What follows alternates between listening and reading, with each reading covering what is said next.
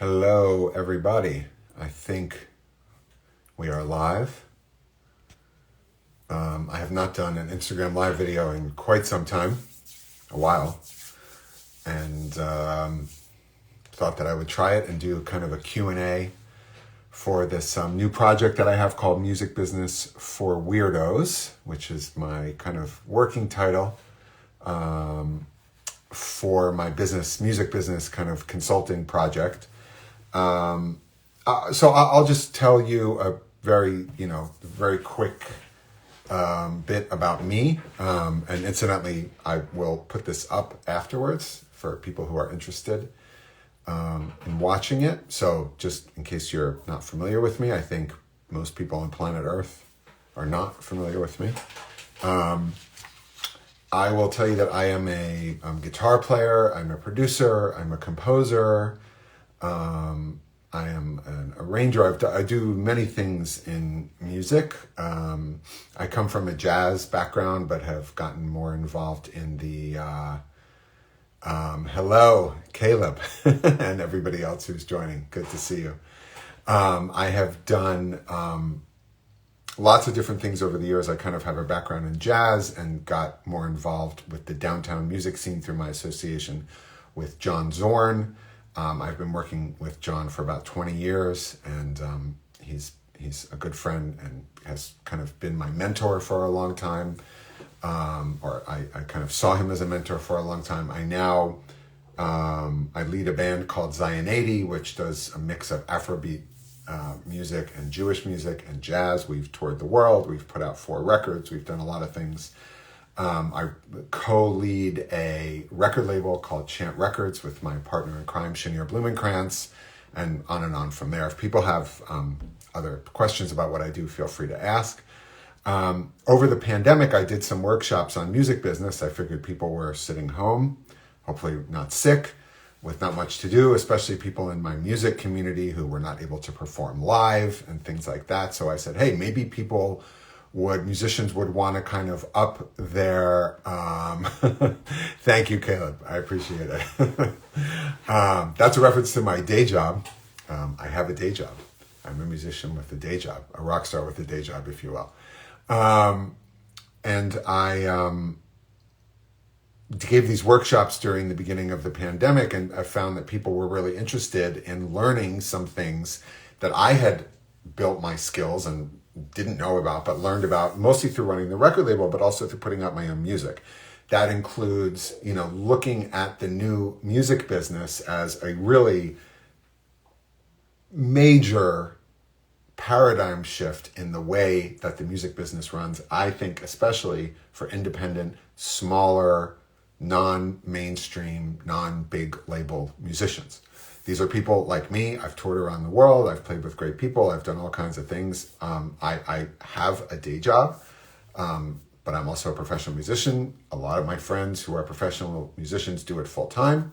And they have told me, especially people in my generation, a little bit older, I'm 48, but whatever, 30s, 40s, 50s, whatever, that they felt lost. So I did these workshops and found that people were really interested in learning about, how to use their email list and how to do social media, how to maximize Bandcamp, which is, in my opinion, maybe the single best platform for independent music and a little fringe kind of music, but also for, skills at streaming. Spotify has been a kind of controversial thing for many reasons. I am definitely of the mind that musicians of all types, genres, popularity levels, whatever, we should all be on Spotify and using it, because I think it's a tool that can be useful. That doesn't mean we should put all our music up there, but I think it's something that, is, I believe, the single largest platform for music. That doesn't mean most of the people who listen to music in the world are on it, but whatever that is, 20, 30, 40, 50% of the people who listen to music, I'm just throwing that out there, I don't know the number, but they are on Spotify. They're looking there. You can find all kinds of music on there. So that's my opinion. I know other people have other opinions, fine. And my son is joining from the other room. Hello, Jacob. You and your friends are on here. I think some other people will join too. But I'm also doing this for people who will see this later. And this is the first Instagram Live I've done a long time. So one thing, the great Elmer, who is a friend of mine on Instagram. I know I've met him in person several times. He's a musician. I don't know how much we've met in person. I remember there was a gig years ago in Brooklyn. Elmer, when you're watching this, we can discuss it. But I remember meeting you at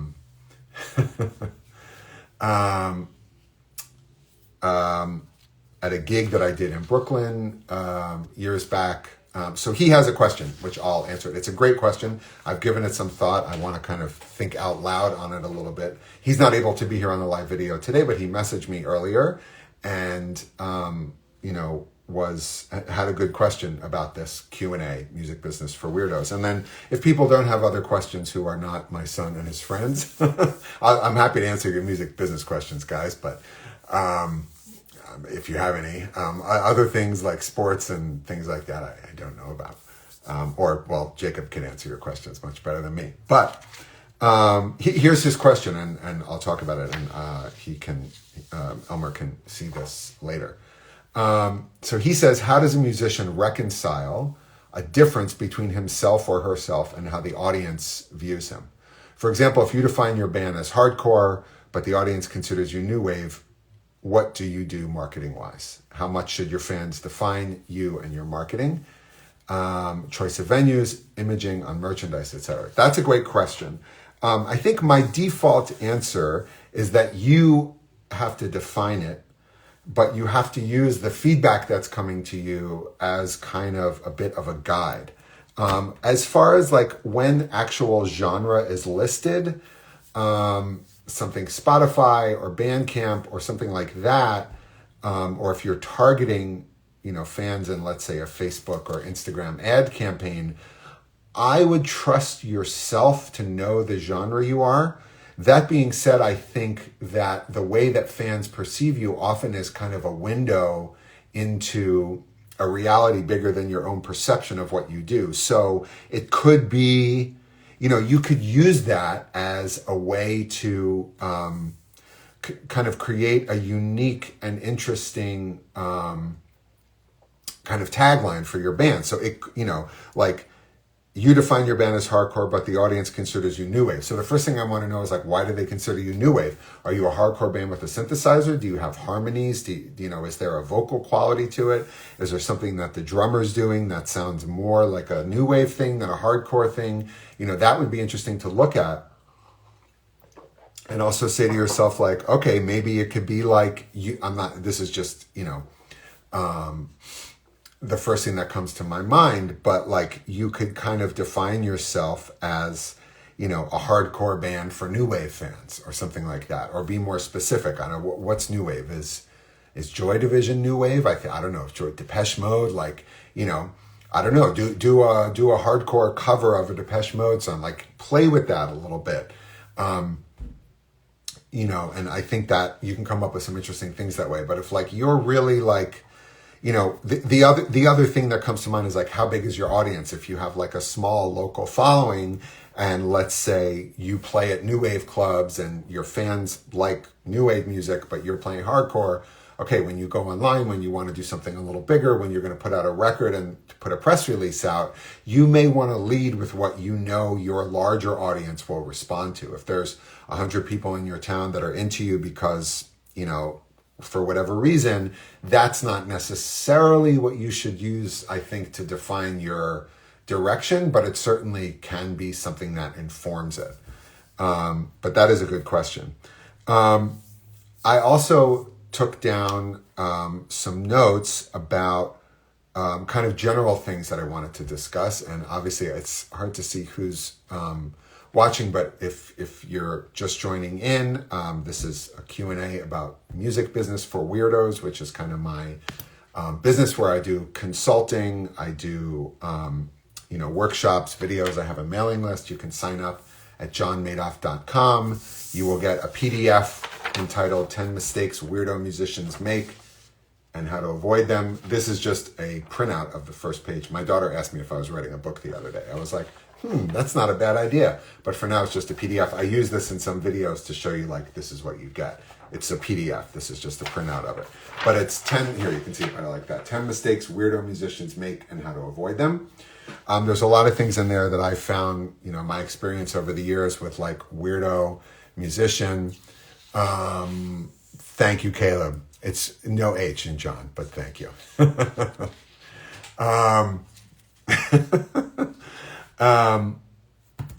What was I just saying?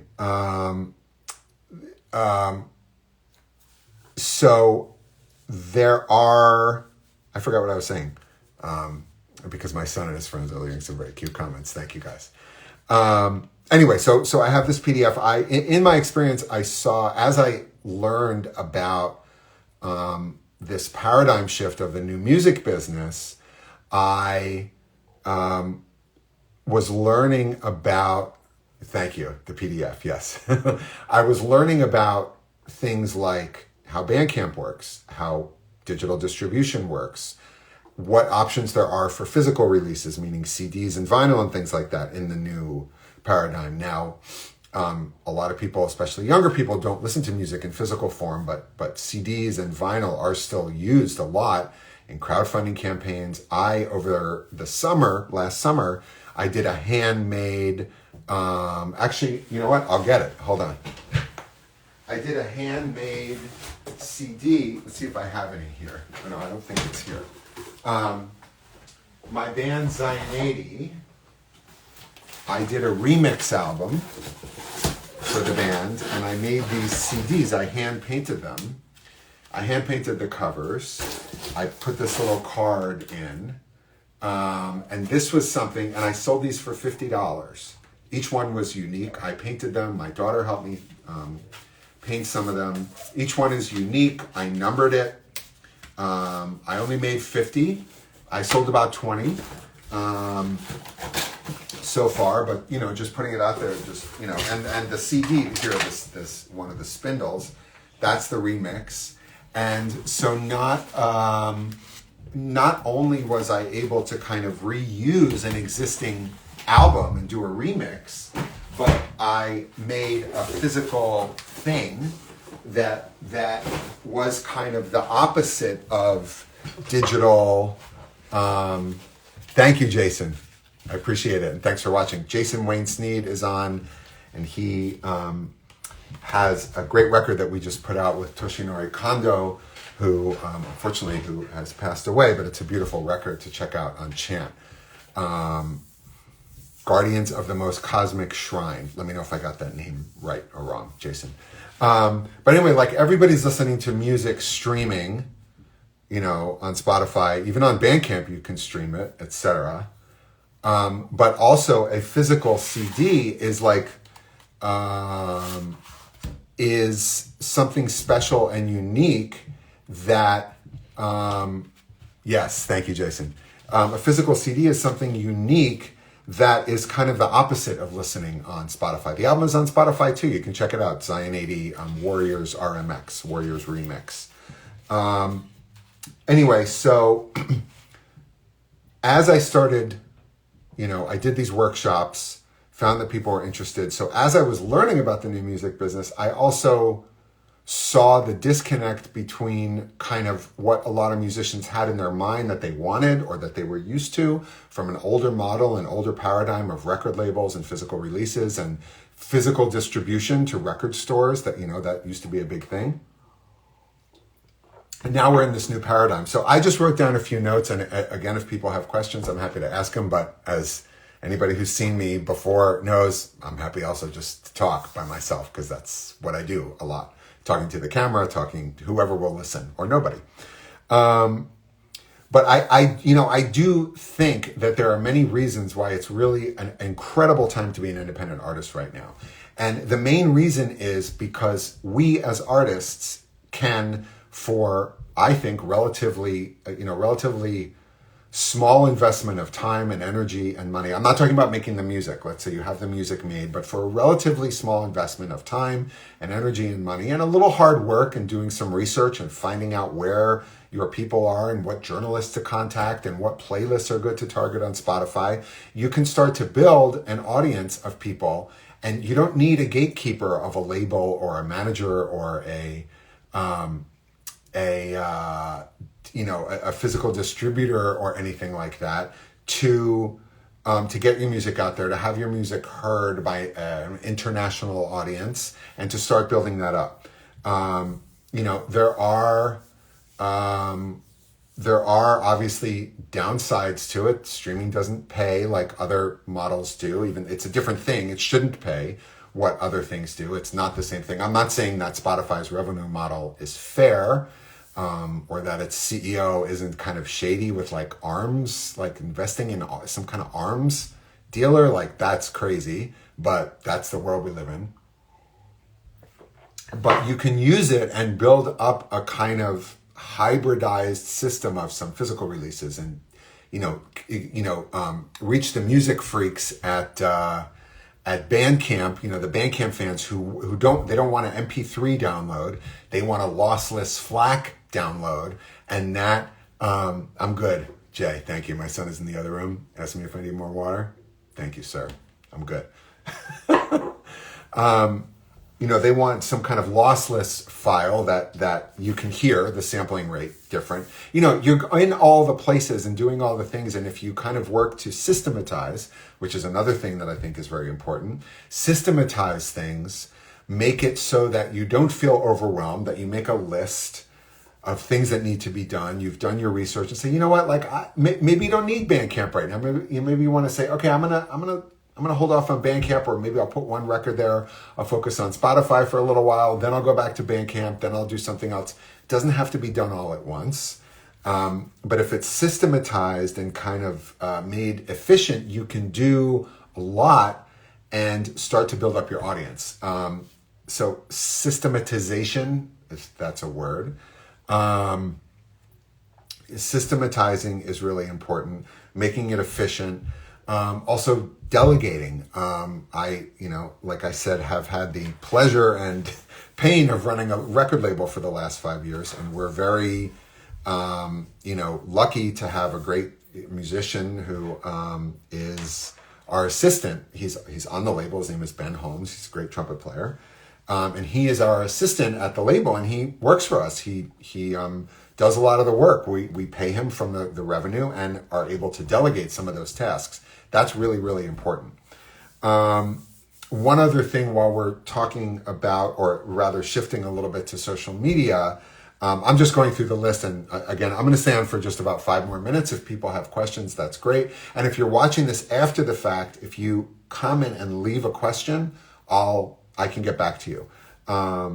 Also, I will mention, because I just thought of it, in addition to, following me on Instagram to get these music business updates, and getting the PDF at jonmadof.com when you sign up for my list, I've started doing consulting.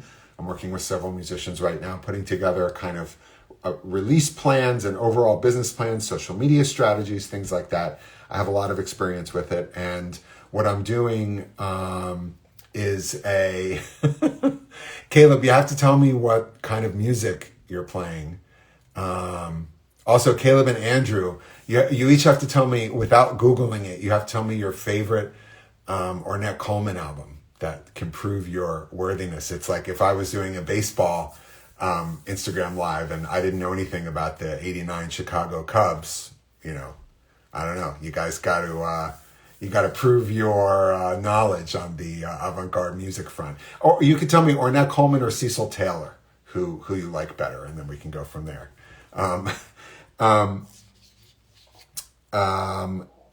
As far as the social media component is concerned, I was talking about consulting.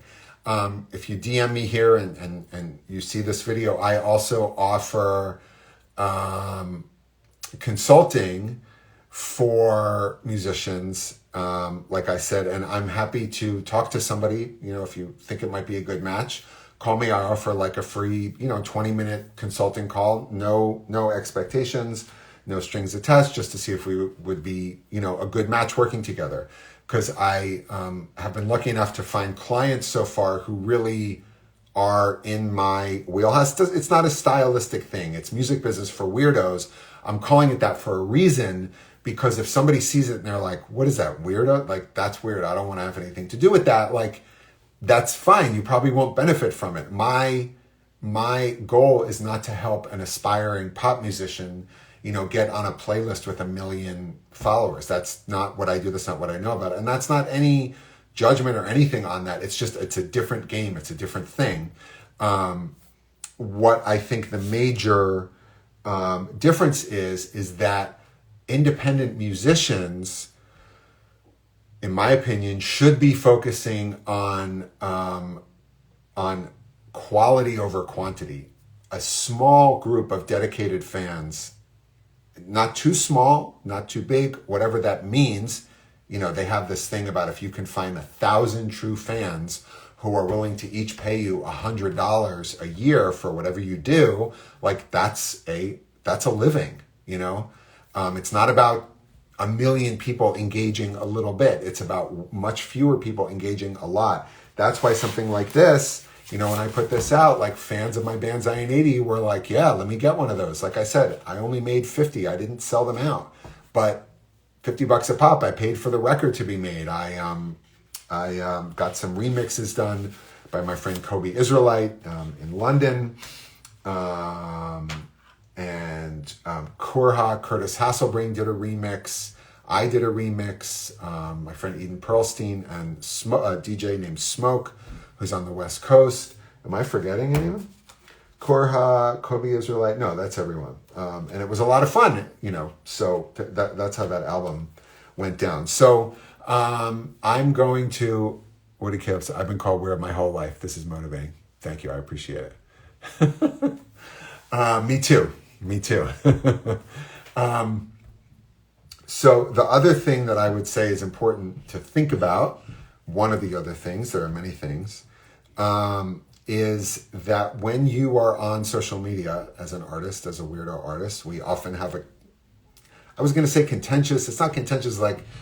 It's like even what I'm doing now, like talking to a phone, it feels incongruous for us as artists to do this. Like, what are we doing? Promoting ourselves, selling ourselves. It feels incongruous with us as art. But what I have found, I can tell you, is that the more you can do it in a way that it acts like a outer layer of what you do. It's not like I'm not doing music in order that people will like it. I'm doing music because it's what I need to do to survive and it's why I'm here. It's like a mission. It's a sacred duty, and I really do believe that. There's a lot more to be said about that. But at the same time, the reality is that we have to, I always think back to this quote from Bill Evans when he was talking about how Miles Davis found him. And Bill Evans said, if I was just in my apartment, playing the piano, I knew that somebody would find me and I would be able to do what I do. And that's great. Thank God, it's a good thing for the world that Bill Evans got out there, and we have his legacy. He died too soon, but we have his legacy as a musician. He made some incredible music that could only have been made by him. But nowadays, I don't think you can just sit at home and expect somebody to find you. That's not how it works. It probably didn't work that way before. He was just, he was just lucky that happened, and he had the skills. So the thing that we're doing on social media is, like I said, it's an outer layer of what you do. It's not the inner core. It's not the most important thing. Of course it's not. But you also, if you're going to do it professionally, I've been lucky enough to travel around the world, and part of that is because I'm putting this stuff out there. And when I get, have gotten in front of an audience in Germany or Italy or whatever, I'm like, wow, feels really genuine and real, and the people appreciate it. It's awesome to go someplace halfway around the world and play a concert. It's an incredible experience. And part of it is that you're out there doing it and broadcasting, which can feel a bit disingenuous. But what we are doing, and what I think, in addition to this, learning about the new paradigm, figuring out how it works, systematizing, delegating, tasks that you can. On social media, the biggest thing is about telling your story. It's about who you are and what you do. It's not just about the music. It's kind of this like interesting Venn diagram. Excuse me. Venn diagrams are one of my most favorite ideas. Like Orthodox Jews who are really into like noise music. Like there's probably me and maybe 2 other people in the world. That's the Venn diagram of Orthodox Jews and noise music. That's just how it is. And maybe you sit in a Venn diagram that you are the only member. But there's a Venn diagram also of like your life and what you're going to broadcast about your music. Maybe let me rephrase that. It's about like you as a musician and you as a person. And there's a Venn diagram in there that's like your story as it relates to your music. And that's what you're broadcasting. So for example, I'm not going to sometimes I think like, oh, I'll post a picture of me hanging out with my dog. I'll post that on Instagram, like whatever. that just came to mind. But like me hanging out with my dog, that's not part of who I am as a musician. I love my dog. She's adorable, but like that's not really relevant. At the same time, I'm not necessarily also going to post about like the weird time signature that I just discovered and got excited about. I might post about it, but I'm not going to only post about it in a technical musical kind of way. I'm going to post about it in a way of telling my story as a musician and as a person through the vehicle of social media. So I might post something about how excited I get about something, but it's really going to be about more communicating my excitement. I hope that makes sense. Okay, so anyway, I'm going to call it here. I am surprised and proud that my son and his friends seem to have been watching the whole time. I really appreciate it. Thank you guys. If you have any questions, you know where to find me, or you can ask through Jacob. And I can recommend some, avant-garde music, and you can play it for your family. I'm sure they'll like that. So, like I said, again, to Elmer, at the great Elmer, that's his handle on Instagram. Thank you for asking the question. If somebody is watching this later, feel free to ask questions on here. And again, sign up at jonmadof.com. The link is in my bio. You'll get this PDF. You don't have to print it out. I wouldn't recommend you print it out. Why you want to print it out? You can just read it on your phone or your computer. 10 mistakes weirdo musicians make and how to avoid them at jonmadof.com. You can follow me here on Instagram if you're not already. And also, like I said, I offer one-on-one consulting. Happy to do a free 20-minute call. And that is it. I will keep posting on here. I'm kind of doing an experiment in May where I'm really stepping it up, posting every day. The engagement has been good. So thank you for watching. And I'll see you back here soon. And if people are watching this and there's a better time that you want to see Instagram live videos, let me know. Thanks so much for watching and be well. Bye-bye.